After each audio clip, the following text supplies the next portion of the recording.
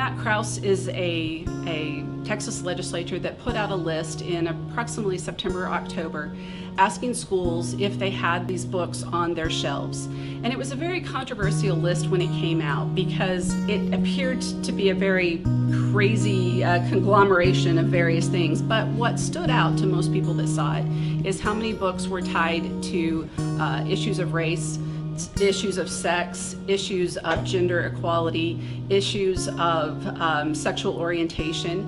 And so for a lot of people and many school districts around the country, they said it's ridiculous and it's a political stunt. And so many people and school districts just ignored it. And so I think most people with NEISD felt that that was going to be the case here. And so when this directive was sent to the librarians saying you need to pull these lists based on the Krause list, I think for a lot of people it was a shock, it was a surprise that we would give that weight and believe that we had a responsibility to respond to that request.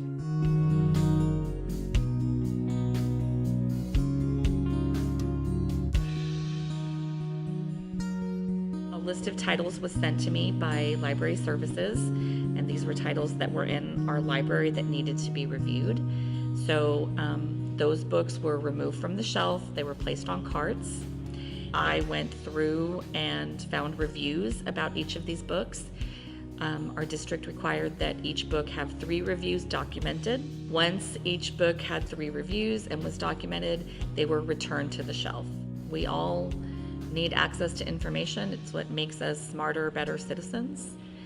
And the library, I think, is especially a place where you can go to find information across the spectrum.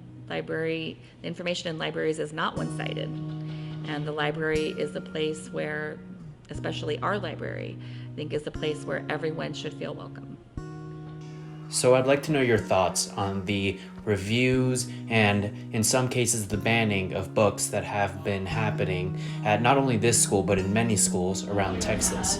Wow, that shouldn't really be allowed. There's no point in taking them apart because it's one part of history, and if they take away the Black Lives Matter books, then we're going to have to go through all that process again. The removal of the books kind of removes knowledge that we should already know, and that can further help us with our lives. And I feel like removing it is also I don't know, you're removing things that we should know. And it's kind of limiting our education on things and limiting resources. I don't know, that's why.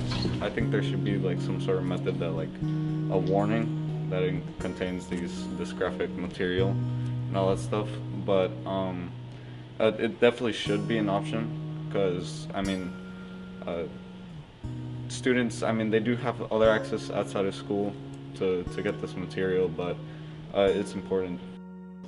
I think that they should keep the books an educational thing because we need to know this stuff so you don't repeat history, and it's nice to go into the culture about what happened back then. I don't know, for me at least. Hi, my name is Mr. Castleberry. I teach U.S. History and Advanced Placement U.S. History at Reagan High School in San Antonio, Texas. The reason I believe there was such a backlash on the part of students as well as teachers and staff about the Krause list is because the list not only targeted specific books, but to me it reflected the worst part of history itself. Early 1930s, when Hitler and the Nazi Party take over, they start banning books, burning books that are of different ideas that they don't agree with in order to advance their agenda and their master race plan. If you were against that, right, you would definitely be in trouble. Any opposition, anybody that disagreed with them would be thrown in jail, which obviously is not the way we do things in the United States, which is one of many reasons we went into World War II to try to stop Nazism and Hitler. Ein Sowjetzeichen soll er vor sich hertragen und wir werden in unserem Zeichen wieder siegen!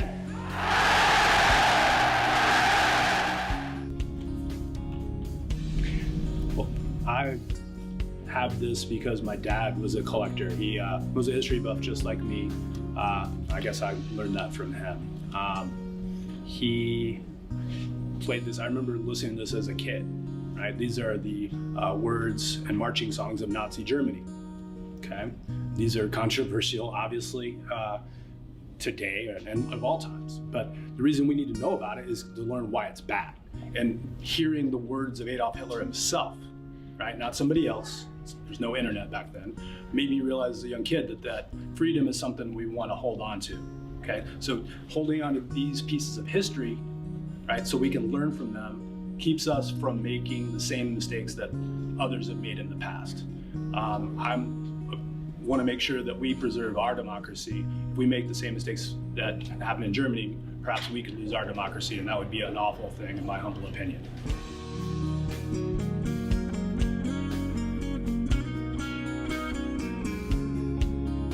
Our different experiences come together to make a robust community. I want to state we are not banning books.